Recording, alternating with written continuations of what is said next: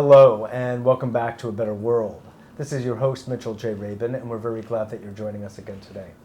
Today we're going to have another very interesting show. We have invited back Bearhart, who is the author of this book, The Wind is My Mother. He is a Muskogee elder from the area of originally, not actually originally, but now known as Oklahoma. Needless to say, Native American peoples here have a very different sense of time and history, and long predate our visitation to this land.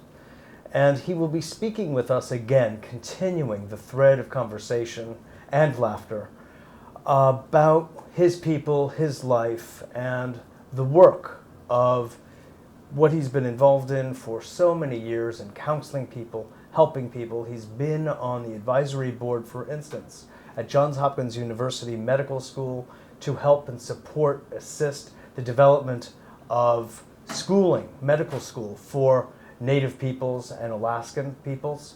And he's been involved in the world in so many ways as a minister, as a healer, basically as a shaman and medicine man.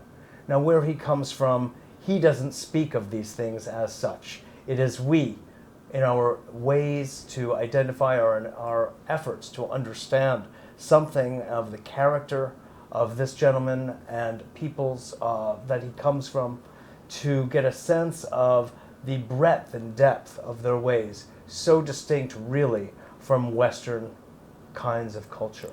So he'll be referring to this book, which is a beautiful, beautiful description of his life and the way of his people. And certainly it's very much worth your time reading and getting a sense of. You're immediately thrown into another way of looking, another way of being. And that's what happens actually just sitting in Bearhart's presence. So thanks so much for joining us, and stay tuned as you hear some of the words of a wise one who, well, there are just fewer and fewer these days. So I cherish and welcome his presence on A Better World. Again, thank you so much. Oh, okay. Great to have you. Thank you. Now, among your other many skills and talents, you are a bit of a linguist, I understand. Or is that just rumor? Oh, it could be half truth. Before, as we were taking a pause, Bearhart, between shows, you spoke a language that I've really not heard before, and I was hoping perhaps Cherokee, that you would share with our audience, because it's so interestingly musical, and also, as you pointed out, very similar in sound and tenor to Chinese, that from an anthropological point of view, not to mention a musical one, it's very interesting, I think, for me certainly and the audience, to hear something of the parallel between them. Mm-hmm. Would you share that with us? Yes. The word of greeting is O-C-O. O-C-O. But in common usage, you drop that first O, just C-O. So imagine a man standing on one street corner, a Cherokee, sees another Cherokee, and they greet each other. One says, "Shio, kinale, tohijo." Hello, my friend. How are you? Oh, si, nehena. Just fine. And you? Ost. Good. And if you are in a group of people and you're happy that they are there, you say, "I'm grateful," or "Thank all of you for coming here." And you say it like this in Cherokee.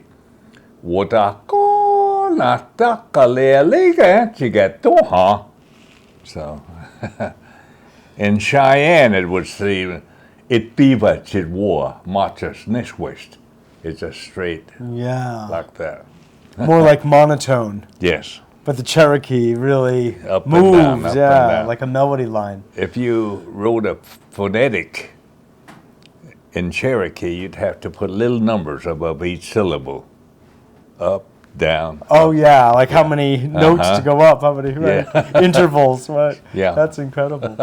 Now, do you know any Hawaiian also? I mean, you've spent time in Hawaii, and I know look, a lot I'm of picking your brain. Hawaiians. Well, that's a good I took first a pair step. of scissors my first trip. I heard they wore grass skirts. It didn't work. Because they are also very fast. So. There was this man on the flight to Hawaii, and there was a Hawaiian flight attendant. He wanted to impress her. So he asked someone how you say thank you in Hawaiian. He wanted to tell her that as he got off the plane. Oh, yeah. So they finally landed. To say thank you is mahalo. Right. Mahalo. So he had that going on in his mind. So finally came time for him to exit. And as he was passing by, he said, mahalo, instead of mahalo. And that's fresh. Yes. Your time in Hawaii was very interestingly spent, the little I know of it. And among other activities, you were initiated into the ancient wisdom teaching of the Huna Yes. by the keepers of the secrets. Yes. Could you tell us a little bit about that initiation? Because stories of this sort, Bearheart, are so rare and far between in our Yes. culture, and so few people really know of the kind of tenor of this kind of experience. It would be very rich for us to hear. Just a little bit background Good. of these people. They are thought to have lived in the Sahara area when it was fertile. And then when it began to dry up, then they moved out. And one group went to southern China, others went to call themselves Berber. And they stayed in Egypt area, and with their tremendous power, cutting granite blocks, transporting and fitting them together so perfectly. After many, many years, you can't even slide a piece of paper between them, even now. These are the ones that are keepers of the secret. So those are the same people, Yes. the They ancient moved Egyptians, who seeded then southern China and Polynesia, Yeah, Polynesia. and then over eventually to Hawaii. Hawaii.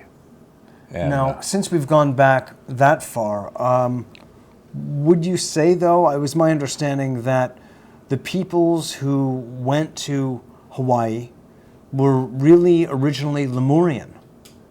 yes, Yeah? I think they were. They were. Where it was my understanding that the Egyptians in general Yes. tended to be affected more by the Atlantean civilization.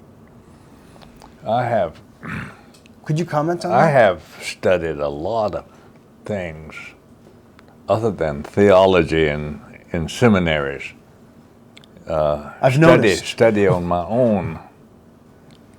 There was a master teacher that was involved in teaching Moses and even Abraham from way back, and never written down. All oral tradition. Yes.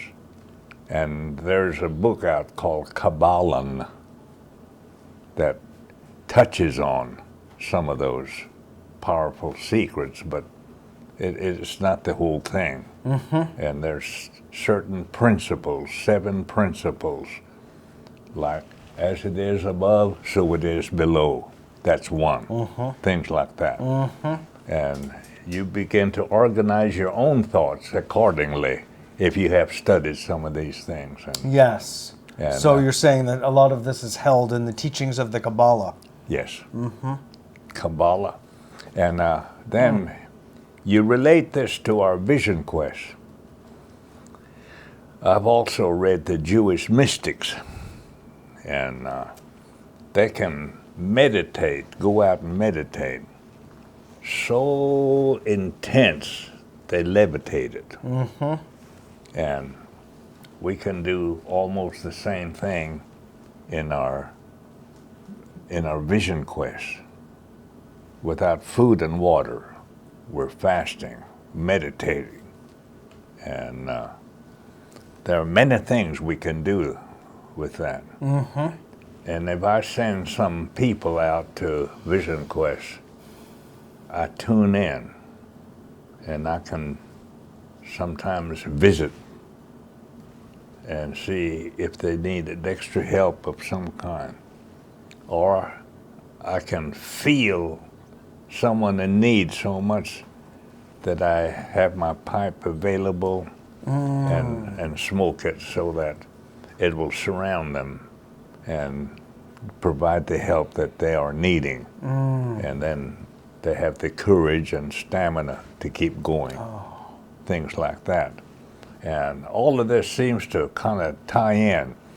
None of these things are competitive and one better than the other. It's all parallel. Sure. And Yeah. we work together, and Yeah. I don't mix up my teachings and get it all jumbled up. Right. I have to stay with one, Yes. and it's mostly the teachings that I got from my own tribe, the two elders. So, but I have used other things, especially in long distance healing, and working with a little young girl now whose legs cannot be straightened out, has no muscle mass, and she and her family came and stayed 2 weeks, went back. She was able to turn on her own, and now she was in the hospital after she went back. She's out now, no sign of it. They called and emailed us, and we kept in contact, and sent some medicine and things like that, and the fact that she can raise her arm up like this, which she hasn't done in years. To them, it's a big step forward. It may not seem much to other people. And I then think it would. there's a teaching in that too. Sure. If you don't use it, you lose it, like your brain Exactly. or any of your limbs. Now that brings us back to what I asked you about the initiation. Yes. Talking about the use of the mind Of the mind. by the kahuna. Yes. Would you mind sharing the story of that with us? We have 3 selves as compared to one self in modern psychology. The 3 selves is the lower mind that equates with the unconscious or the subconscious, and the middle mind, middle self, has to do with the conscious awareness, as we do now, reason and make decisions and all that. And then to get into a certain line of discipline that requires the help from above, the higher mind is about 5 feet, no closer, it could be more, above our heads. But lower can't get to the higher. I mean, the middle can't get to the higher. It's got to go through the lower mind. And the lower mind makes that possible by traveling along what is known as the Akka cord. And something that can prevent that is that you must not have sinned.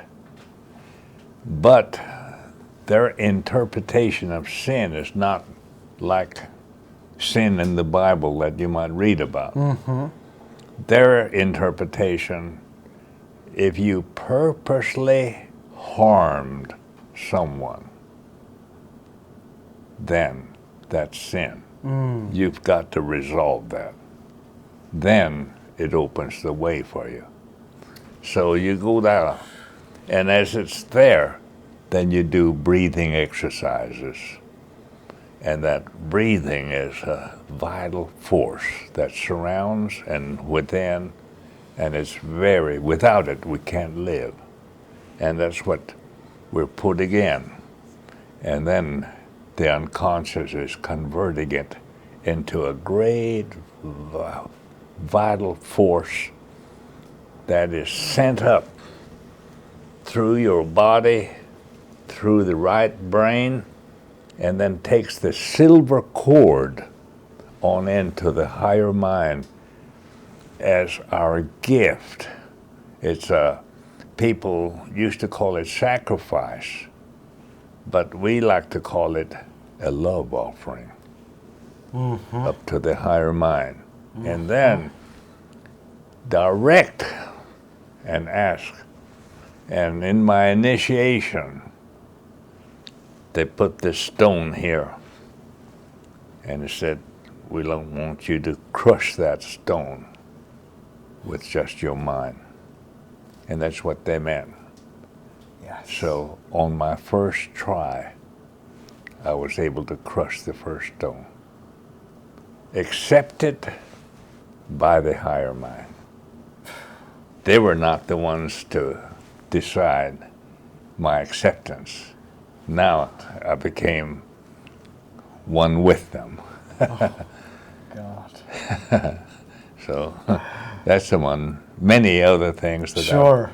The Huna are known for their strictness and mastery, really.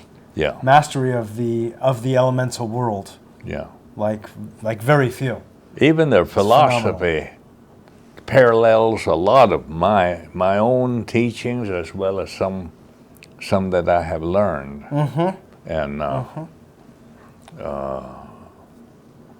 all right, one that everybody has in common, the majority of people, they want to be happy. Then we say, well, why aren't you happy? You can have fun, but that's not happiness.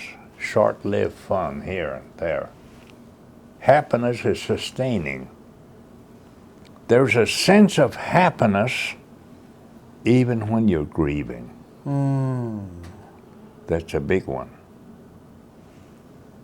You have something within you you can rely upon when you reach out and there's no hand to hold it with you at those times. You can reach within yourself, and that inner voice says, I was here all the time. I'm still here with you. Would you say, Berhard, that is this idea of being happy to be alive, and just to be alive brings us all different experiences, from sadness and grieving to ecstasy and joy.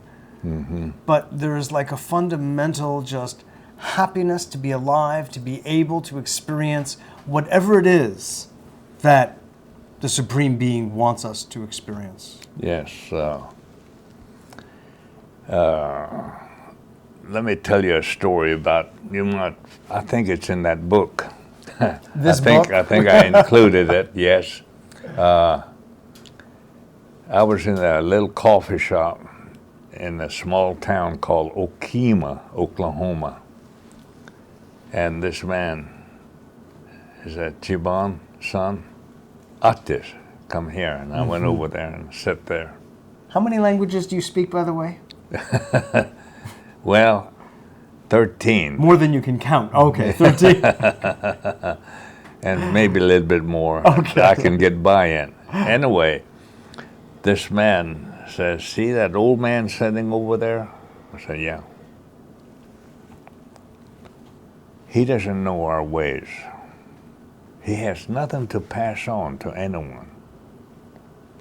He and I are the same age. I grew up with him. I know. That's why I know. He doesn't know any of our ways and practice them. Why I'm telling you this, I don't want you just to grow up and be old. I want you to be able to share something of experiences of life to someone that can be benefited. That's what he told me. And happiness to be alive. Be alive for something. Yeah. And when you cry, if nothing more than cleansing your eyes so that you can see the beauty of life, then go ahead and shed tears. Right. Exactly. There's a purpose behind everything. Yes. Is there not? Yeah. As you look forward from the life you've led, seeing the changes that you've witnessed over your mere 83 years, what is it that strikes you most in reviewing everything? You've seen us go from, in your own life, from living a relatively simple life, I gather, meaning connected to the earth and watching the way your people went from that life into this modern time. What stands out most that you would comment on? I know it's a hard question. Well, yes, in a way it is. You can give a few answers. It's a way of looking of how to use what you have acquired and accumulated in or the way develop. of knowledge. Oh, okay. And how you're going to use that? How will you apply that? And and then for instance, like there's the development of technology, for instance. we have heroes, and there's a lot of heroism been lauded. It's not necessarily what they did, but who they were in life that did the thing. That's more important than the act itself. The final act. And they gave 29 code talkers among the Navajos Congressional Medal of Honor. And that code has never been broken, even now. And it helped turn the tide in our favor during World War II. Oh, is that so? And could you explain what one you mean? was given posthumously, and then another one, a family came to stand for him and to receive it for him, couldn't make it, but the others were there to receive the medal. The most interesting part, there were more than 29, but they became the nucleus of the code talkers. So that's that. The others got silver stars and others, but 29.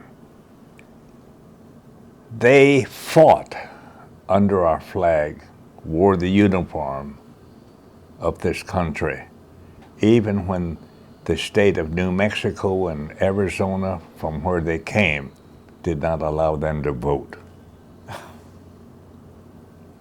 And yet they fought, they volunteered, because they live on the land that they love, the connection that you talked about. That's how far we go. When we say connected, we're just not talking. Yeah. We're living it. And because of that threat of this land, they wanted to protect because their loved ones are living on it also. You know, we're up to that point where I want to ask you, if you would, to share a prayer from your native teaching. All right. And after that last story of yours, I think it's so much apropos. All right. I will think in my language, but I will speak it in English. Oh, okay. Unless you want me to do it in my language. If you wouldn't mind. All right, I don't mind at all. Okay. Okay.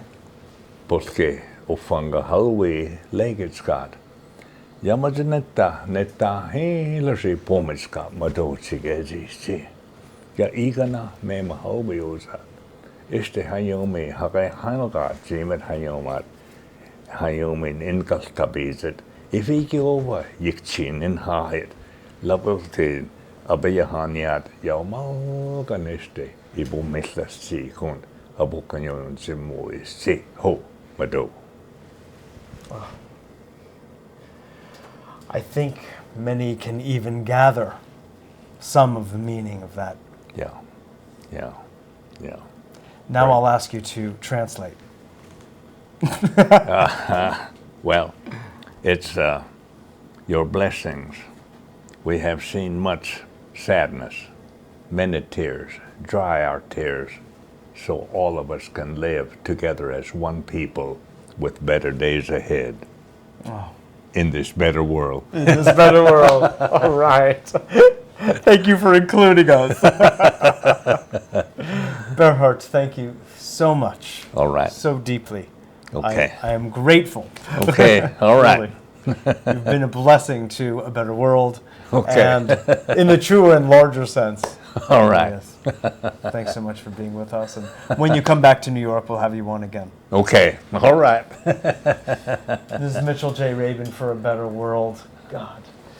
To continue this beauty and powerful conversation, you can go into this book and continue to nourish yourself with the wisdom and wondrousness of our dear friend Berhard. This is Mitchell J. Rabin for A Better World. Thanks so much for joining us, and we look forward to seeing you all next week.